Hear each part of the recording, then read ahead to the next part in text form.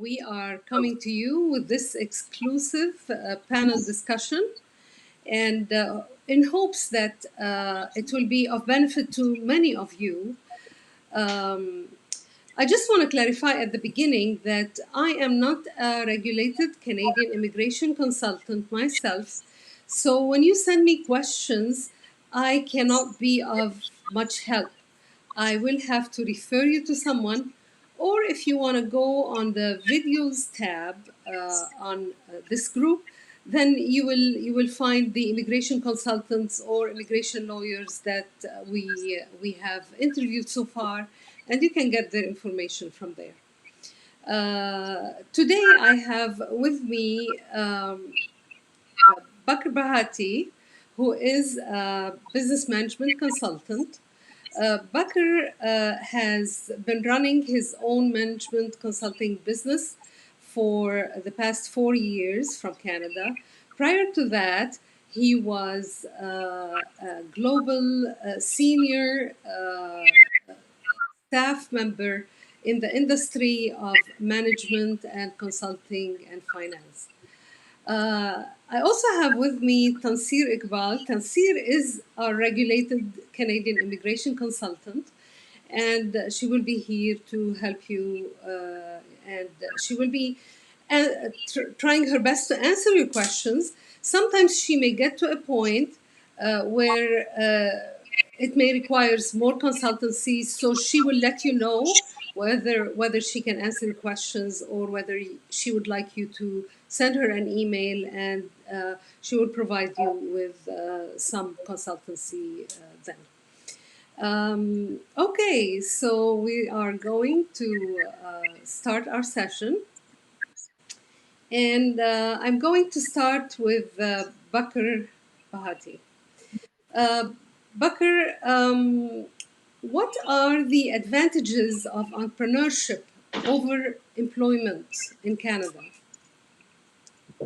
Thank you, Grace, for inviting me to this session. Well, there could be numerous advantages of entrepreneurship over employment. I've just classified them into three broad strands or categories for easy comprehension. So the first important advantage is that of flexibility. We know that, I mean, when you are employed somewhere, the main issue of being an employee is that you have to really manage time. There are strict schedules, and of course, then you have to follow the instructions of your organization, that is your employer, etc., etc. So many people are not comfortable with that situation, so they would like to be self-employed for this flexibility in terms of time management, what they have to do, when they have to do, and what they have to do. Now, second important thing is financial reward. When you're an employee, we know that, I mean, your maximum reward is your salary or some bonuses that may be offered by the employer. But if you're running your own business, it means all the profits belong to you. So you will put in more effort, and over a period of time, you can really build your net worth or net worth of your business. And there is another important advantage that many people really consider when they prefer self-employment is direct customer relationship. Especially this would be relevant in the case of small businesses. So if you are running your business for example, in the form of a partnership, or say as a sole trader, or even a Canadian controlled private corporation, you know that you will have a direct relationship with your customers. So it gives you a lot of satisfaction, and in a way that you are meeting the needs of your existing and potential clients. And with this feedback, you can directly improve the quality of your products and services. So I believe these are some of the advantages that people, those who have the initiative and the courage, they may prefer self-employment or entrepreneurship over employment. How about SMEs? What are SMEs in Canada? What when we refer to SMEs, and what's their relationship with entrepreneurship and their role in the Canadian economy? Okay, great. This is a good question. I would say that SMEs basically stand for small and medium-sized enterprises. So, I mean, the classification may vary from country to country, but with reference to Canada, we'll say that a small organization is any organization that employs people from 1 to 99. So if there are up to 99 employees, you'll be classified as a small business. And if you have from 100 to 499 employees, you'll be classified as a medium business. And above that, that is 500 plus, is a large business. So small and medium enterprises would include small businesses and medium-sized businesses. Now, there are important statistics that I would like to share with you later, but we need to keep in mind that SMEs play a very important role in Canadian economy in two contexts. First is the employment. So major chunk of employment opportunities in the private sector. It's about, you might say about 98% and above, they fall within the category of SMEs. So it means they are the largest employers in the private sector of Canada. And second important advantage is their contribution towards GDP, that is gross domestic product or national income of Canada. And this is above 53%, according to government statistics published in year 2019. Now, in order to understand the role of small and medium sized enterprises, we need to be aware of some of the important statistics or key statistics. For example, with reference to year 2019, because I have this data available with me from Statistics Canada. So about 98% of businesses would fall in the category of small businesses in Canada, and they would employ approximately 69% of people. So if you just add the medium-sized businesses in it, the percentage would be more than 89%. Now, with reference to the, start of new businesses, that is small businesses. So between the year 2010 and 15, there were about 95,000 small businesses that were established on an annual basis. But of course, there is a flip side of this statistics, and that is about 85,000 businesses would be closed on an annual basis. And of course, there are numerous reasons for it, but still the fact remains that small businesses and medium-sized businesses jointly play a very important role in providing employment opportunities to Canadians, and of course, in boosting the national income or GDP of Canada. So that is why every government endeavors to provide or facilitate the small and medium-sized enterprises, knowing that majority of the people who are running this business, they have some initiative, they have some drive, and instead of looking for employment opportunities, they are offering employment opportunities to other people. Thank you, Mr. Baqar. This is very important information. Tanseer, do you have anything to add to what Baqar had said so far? Thank you, Grace, for inviting me for this wonderful session of discussion with regards to Canadian immigration and in terms of federal skilled worker program, and also as Mr. Bhatti mentioned about the small businesses and medium businesses. What I would like to put in terms of immigration is that, like, anybody who comes to Canada under the entrepreneur category, they'll get an opportunity to establish a business, and they'll get an opportunity to relocate and establish themselves. And as Mr. Bhatti said, like, the statistics, what it shows, of course, that a lot of businesses close. That's the norm of any economics. But still, like, in terms of immigration, this is one of the good key aspects, that, like, people have the opportunity to establish, understand, and go into different areas of businesses. And there's nothing in terms of immigration. You need not necessarily establish the same business which you had already in your country. In under some categories, you can establish a new business. I think Mr. Bhatti will be of more help in this regards too. Well, let's move to the government immigration programs, right? What are the Canadian Yes. immigration programs that relate to coming in to Canada as an entrepreneur versus coming in as a resident that will seek employment? Grace, how Canadian immigration works is that like it has categories. Like I can say broadly, it is classified into federal skilled worker program, where people who are professionals, they come under federal skilled worker program, and somebody who already owns a business or who has an establishment, who has been part of a business, they'll get to come under a different stream, business stream of immigration. So this is a completely a big, huge demarcation between federal skilled worker program and also um, entrepreneur program. So people who are professionals who have been employed in a profession, who have certain amount of degrees and qualifications and who have worked for a couple of years, they come under the federal skilled worker category.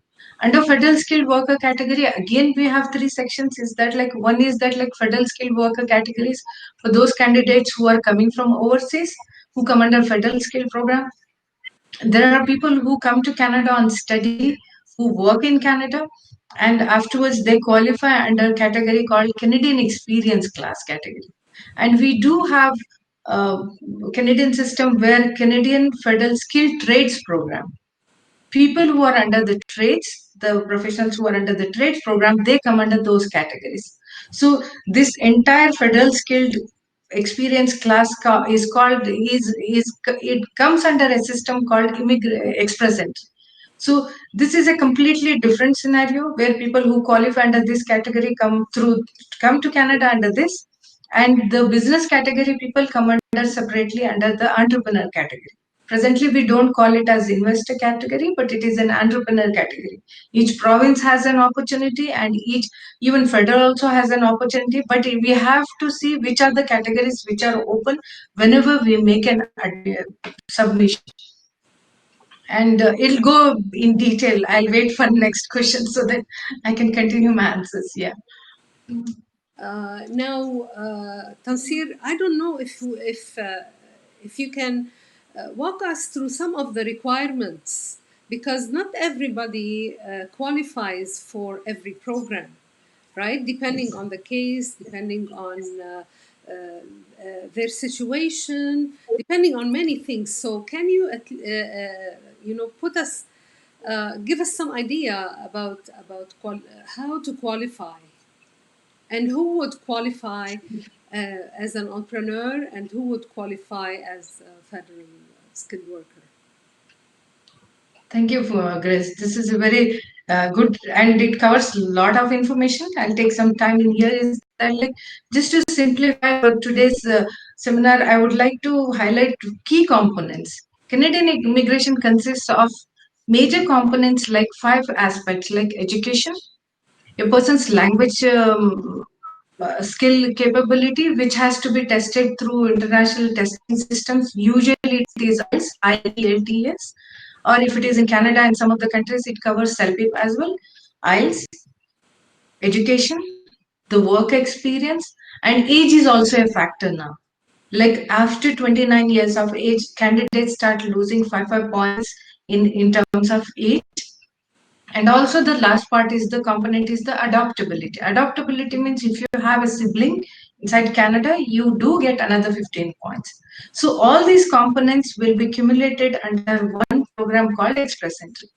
If my personal and professional experience for these years, I would suggest is that like if anybody is willing to come to Canada, just verify who you are, what you have done up till now, what's your educational qualification, where do you stand.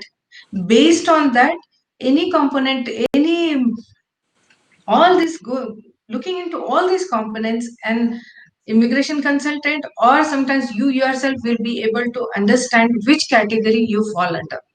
If you have been working in Canada, in your country, with a professional job, then you go under the federal skill programs. If you are into any business, that's the broader classification. If you've been running a business, you have a business, of course that business also needs to have some kind of turnover, which is the basic criteria that we go into macro level. But the basic demarcation is these two, that like professionals come under the federal skilled worker category, the business people come under the business category. Under the professional categories, I would suggest the basic component which I would like to add is that like know that English test is mandatory. English language competency is must for almost every program of immigration to Canada. Whether you come on a study, whether you come as a permanent resident to Canada. If anybody is interested to come to Canada, or if you are planning to do something, just know that like you have to appear for your English test, which is IELTS, English Language Testing Systems, and preferably score as have more better the score, because better the score better the points. It's simple as that. And also you need to get your credentials assessed. Credential assessment means like your bachelor's degree, your master's degree from your own country have to be assessed by a Canadian board. And this is a small procedure. Usually it is an online procedure. Sometimes like there are 3 to 5 systems here, or institutions which do the assessment. Basically, like the name a few, the high is the World Education Services. You have to send your seal transcripts, follow through the procedure, and then the West will calculate. World Education Services says that like yes, your bachelor's from this country is equivalent to bachelor's in Canada. That's usually a 2 to 3 months of process. So before you make a submission for PR, permanent residence to Canada, make sure that you have completed these 2 components, which is most vital. Other than without these two, no consultant, no candidate will be able to proceed with the application further. And for the business immigration, we'll have to look into the numbers. Like we have to see what is the turnover of the business and who you are in the business, whether you are a director or you are a senior into management position or a business development officer. We will see to it, and we'll have to calculate the the amount of business transactions, what's your turnover yearly. Based on that, we will assess the file. This is a general category. Like these are the general norms. But before you make a submission, make sure that you are familiar with the IELTS aspect and also the WES aspect, that is credential assessment aspect. Once you are familiar with this, your permanent residence application is quite clear for any officer or any consultant to assess your eligibility. And secondly, one more thing I want to put in here is that like people who come to Canada, not necessarily all of them come here on a permanent residence. Some people come here to study, where again there also English language component is most vital, because there you have to do IELTS in academic categories. And if you are applying for permanent residency, you have to do IELTS in general category. Again, IELTS is mandatory for study in Canada as well. Of course, there is a component called work permit. Work permit has different roles. Work permit is closed work permit and also open work permit. Closed work permit again is for those candidates who are inside Canada and who have pursued their education in Canada. They'll be eligible based on the if they're into a community college or if they're in a private career college. Based on their education, they'll get 1 year or 3 years of work permit. Once you that's open work permit. If it is an employer-driven work permit, which is called closed work permit, this closed permit has their own regulations and restrictions that like that the candidate or the employee is bound to work with that same employer. And it goes in detail. Hope I'll go step by step. Yes. Great. This is excellent information, and thank you for answering that question in details. Now, Rana Nanda is with us, and she's asking: is there an age limit to come as an entrepreneur? Pretty much, age limit is quite flexible. We'll have to see. Of course, there is an age limit for all programs. If it is an entrepreneur category, some of the provinces there is a age limit is extended. Then we will have to see. We will see. But like the way Express Entry has a fixed age limit, comparatively, entrepreneur category doesn't have that kind of age limit. Yes, that's an advantage as well. Yes. Yeah. Rana, thank you for your interaction, and I hope we answered your question. Mr. Baqar, do you have anything to add to what Tanseer said so far? Yes, I would just like to add that, I mean, in the context of being an entrepreneur, you don't have to really apply your immigration as an entrepreneur. Majority of the people who, come as federal skilled workers, many of them would prefer self-employment over employment. For example, I came through federal skilled worker category, but I prefer self-employment for the simple reason that, of course, you can pick up the city where you want to start your own business. And especially when you're a new immigrant, your main consideration would be that you would like to live within the community you belong, so that you are more comfortable in your initial years. So in those cases, when you look for employment, if there are no employment opportunities, what you have to do? So if you have the courage to start your own business and you have the required skills and resources, so I believe that whether you come even as a skilled worker, you can be a self-employed person. So it's really not a problem. And Tanseer, Yes. what would I would be like to your... add one point. Yes, is that like that's true? Like you can come here on a federal skilled worker category. Maybe you are a business development officer, or maybe you are into any professional occupation. But once you enter Canada as a permanent resident, you are flexible to become a self-employed, as Mr. Bhatti said. And yeah, afterwards you're not bound to follow the same profession. You have flexibility to engage in any form of business or any profession. That's one perk in Canada. Yes. Yeah. Well, thank you. Mm. I will be concluding our panel discussion for today. Thank you, Mr. Bakr, and thank you, Tanseer. This was amazing. Thanks. And hopefully, as we do more of these panel discussions, we'll get more interactions. Rana, I just want to thank you again for interacting with us. And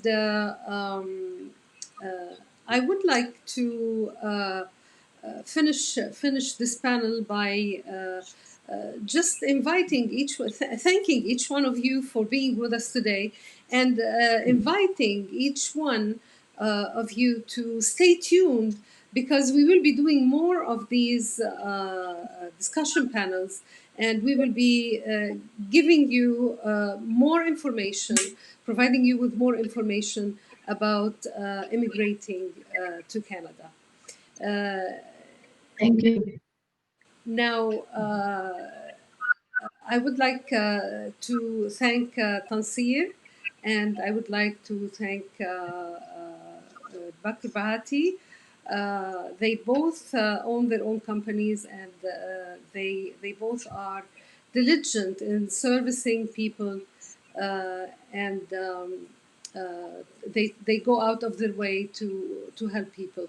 So if you need to get in touch with them, the best way to get in touch with them is through sending them an email, and they will respond to you promptly. And I'm just gonna finish this. Anything to add before we say bye? Yeah, Mr. Bhatti, you go ahead. Okay, so we're just gonna. Thank you. Thank you very much. Thank you, Grace. You're Thank you very welcome. much. You're We'll be welcome. happy to help. You're welcome. And hopefully we'll see you in another session. Sure. Yes. Perfect. Take care.